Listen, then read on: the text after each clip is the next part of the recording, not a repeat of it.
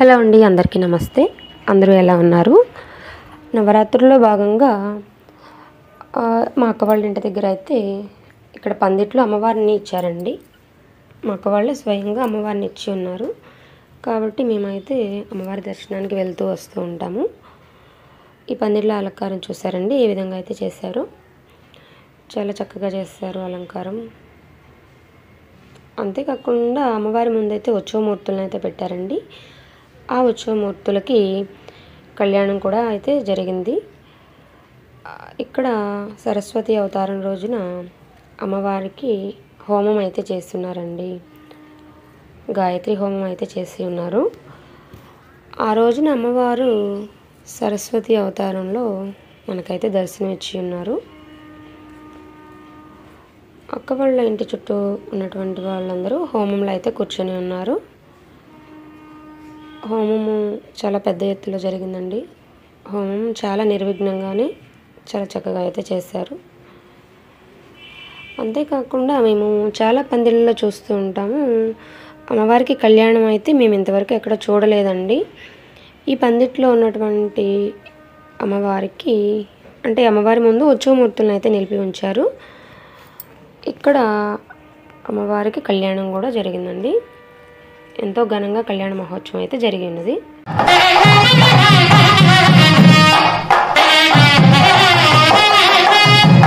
ఈ సంవత్సరం ఈ పందిర్లో అమ్మవారిని తప్పనిసరిగా అయితే పెడుతూ ఉంటారండి. ఇదే పందిర్లో వినాయకుడిని కూడా పెడుతూ ఉంటారు.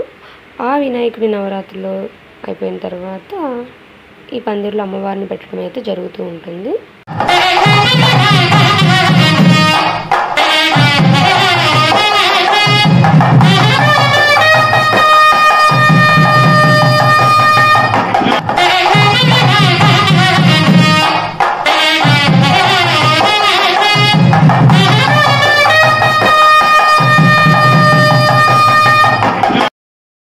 ఇక్కడ కూడాను విజయదశమి రోజున అక్క వాళ్ళు అయితే పొంగళ్ళు ఎత్తుకొని తిరిగారండి.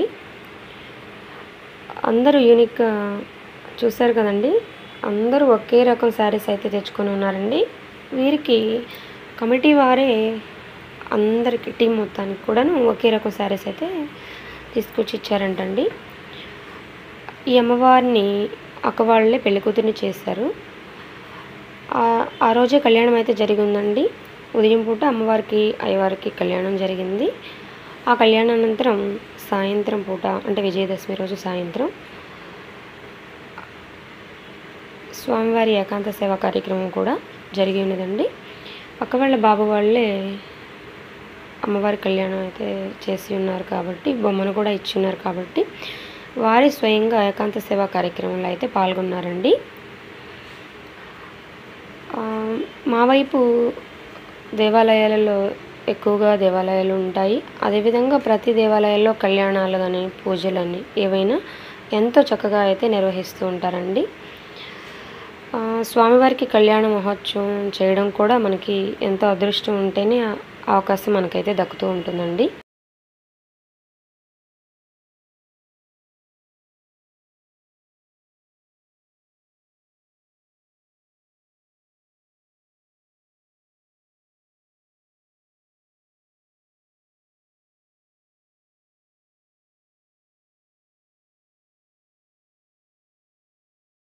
ఇక్కడ ఏకాంత సేవకి పేరెంట్ వాళ్ళందరూ కలిసి స్వామివారి ఉయ్యాల సేవా కార్యక్రమంలో అయితే పాల్గొన్నారండి. స్వామివారి ఏకాంత సేవా కార్యక్రమం ఎంతో చక్కగా అయితే జరుగుతూ ఉంటుంది.